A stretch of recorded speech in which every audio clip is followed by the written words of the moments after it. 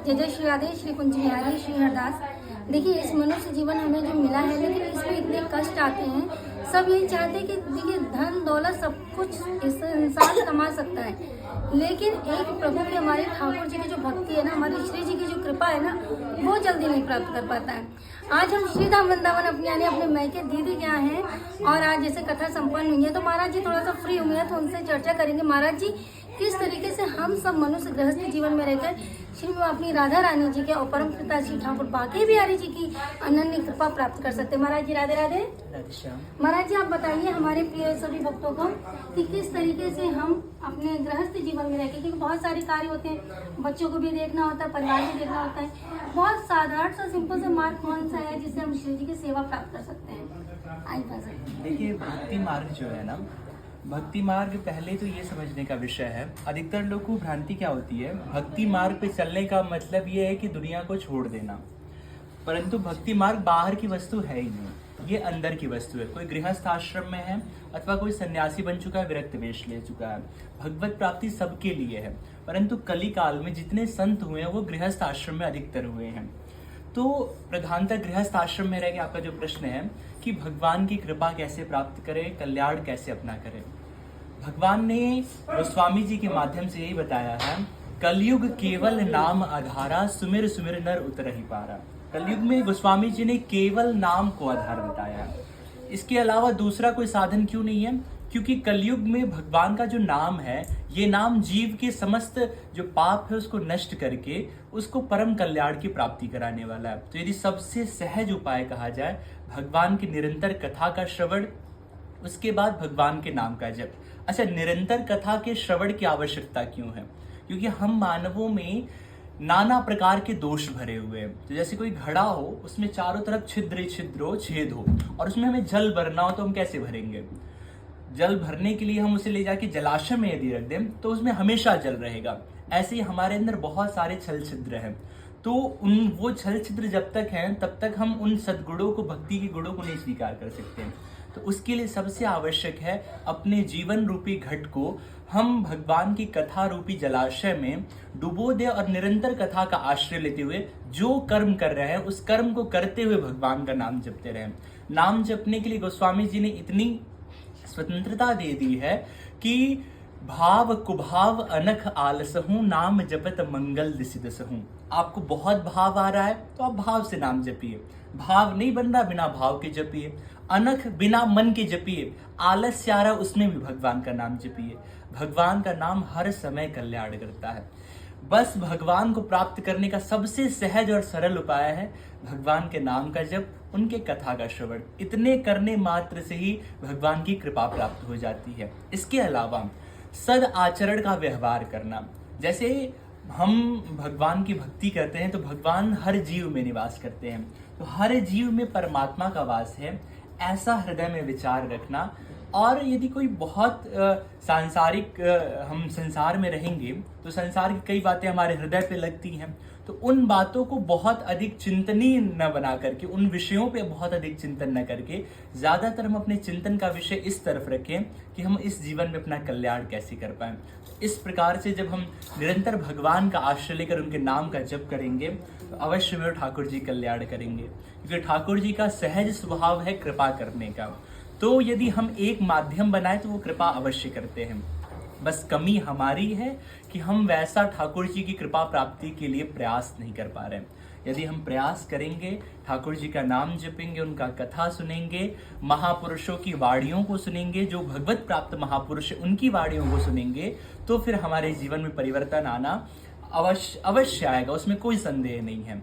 लेकिन प्रधान क्या है? भगवान के नाम का जप, भगवान की कथा का श्रवण, और मूलतः भगवान ने जो गीता जी के माध्यम से, भागवत जी के माध्यम से आदेश दिए हैं उसे अपने जीवन में उतारना।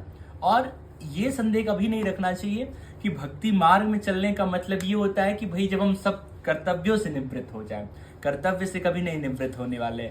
आपका जीवन पूर्ण हो जाएगा, कर्तव्यों का बंधन नहीं पूर्ण होगा।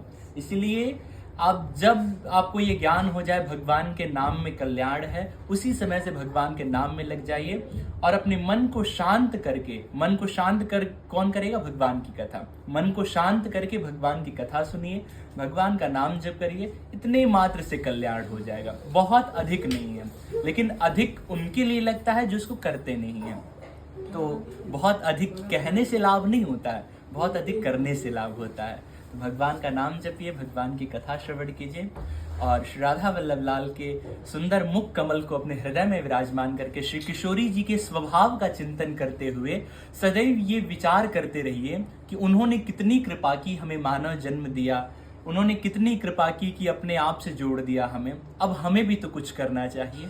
ऐसा चिंतन करते हुए निरंतर उनका नाम जपिए, निरंतर उनकी कथाओं का श्रवण कीजिए, उनकी लीलाओं का श्रवण कीजिए। लेकिन महाराज जी, बहुत लोग के प्रश्न ये आते हैं कि हम पूजा करने बैठते तो हैं, ठीक है, सेवा करने बैठते हैं, माला जाप भी करते हैं, लेकिन माला चल तो रही है हमारी और भजन सुन तो रहे हैं, कथा के पंडाल में बैठे भी हैं, पर जो मन है ना फिर वो घर में लगा रहता है कि बच्चे क्या कर रहे हैं, वो क्या कर रहे हैं, फलाना क्या कर रहे हैं। तो ये सारा स्थान पे तो बैठे, लेकिन मन कहीं और रहता है।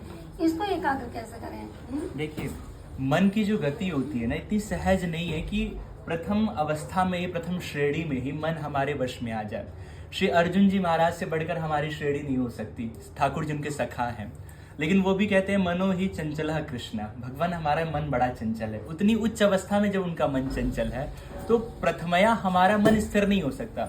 लेकिन मीराबाई जी कहती हैं कि आपका मन नहीं लग रहा है, आपका मन कहीं और जा रहा है, मन को जाने दो। लेकिन हम शरीर को अपने नियंत्रित कर सकते हैं, मन को नहीं, लेकिन तन को नियंत्रित कर सकते हैं। तन को हम भगवान के भजन में लगाए हुए हैं, जिह्वा को भगवान के नाम में लगाए हुए हैं। मन जहां जा रहा है जाने दीजिए। भगवान के नाम में इतना सामर्थ्य है कि बस राधा नाम का र अक्षर में इतनी सामर्थ्य है कि वो करोड़ों करोड़ों ब्रह्मांडों की रचना कर सकता है, पालन कर सकता है, संहार कर सकता है। तो नाम महाराज स्वयं कृपा करेंगे तो ये मन वश में होगा। इस मन को वश में करने का एकमात्र साधन है भगवान का नाम, भगवान की कथा। क्योंकि निरंतर कथा का जब आप श्रवण करेंगे, शास्त्र में हमारे संत जन कहते हैं ये मन दिव्यांग है। जैसे कोई दिव्यांग व्यक्ति होता है, उसे बैसाखी चाहिए होता है चलने का। तो दो बैसाखियां हैं, एक बैसाखी संसार है, दूसरे हमारे ठाकुर जी हैं। अब ठाकुर जी को यदि आपने मन सौंप दिया तो उसके बाद आपके मन को सदा सर्वदा के लिए आश्रय प्राप्त हो जाएगा। यदि आपने संसार का ही आश्रय लिया रहा तो फिर ये मन आपको भटकाता रहेगा। न जाने कितने जन्म हमारे व्यतीत हो गए। हमारा ये जन्म ही प्रदर्शित करता है कि हमें कई जन्म हो चुके भगवान से बिछड़े हुए। तो हमेशा ये चिंतन करिए कि हम तो दोषों के भंडार हैं भगवान, आप कृपा के भंडार हो। हमारा दोष, हमारा पाप करने का स्वभाव है, आपका पाप मोचन स्वभाव है। तो हे दीनानाथ, ऐसी कृपा करिए कि आप हमारे सारे पापों का नाश करके अपने चरणों की भक्ति प्रदान करिए। और जिस दिन ठाकुर जी कृपा करेंगे, ये मन स्वतः उनमें लग जाएगा। तो ये कृपा का विषय है। और कृपा कैसे आती है? कृपा कृपा सब कोई कहे, कृपा पात्र नहीं कोई। कृपा पात्र सोई जानिए, जो आज्ञानुवर्ती हो, जो आज्ञा को माने। भगवान ने जो गीता जी में आज्ञा की है, भागवत जी में आज्ञा की है, रामचरितमानस जी में आज्ञा की, शास्त्रों में आज्ञा की है, उस आज्ञा को जो मानता है वो कृपा का भाजन होता है। तो गुरुजनों की, महापुरुषों की आज्ञा को मानते हुए, भगवान की आज्ञा को मानते हुए यदि निष्ठा से भजन किया जाए तो मन भी एकाग्र होता है, भजन भी होता है।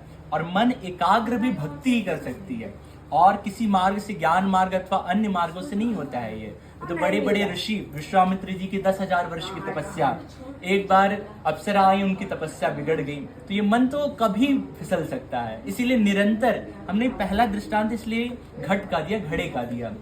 जैसे घड़े में कई छेद हैं, तो उसमें जैसे आप जल भरेंगे वो बाहर निकल आएगा। हमारे अंदर जैसे वो ज्ञान आया, वो भगवान की भक्ति आई, बाहर निकल जाएगा उन दोषों से। लेकिन जब निरंतर हम उसी में डूबे रहेंगे तो फिर हमारे अंदर कभी न कभी ऐसी ठाकुर जी कृपा होगी, ऐसी भावना उत्पन्न होगी। और उस भावना से भावित होकर यदि एक बार हमने ठाकुर जी का नाम ले लिया, वो भगवान की प्राप्ति करा देगा। और एक बार को भगवान की यदि प्राप्ति हो गई, फिर संसार में मन नहीं लगेगा।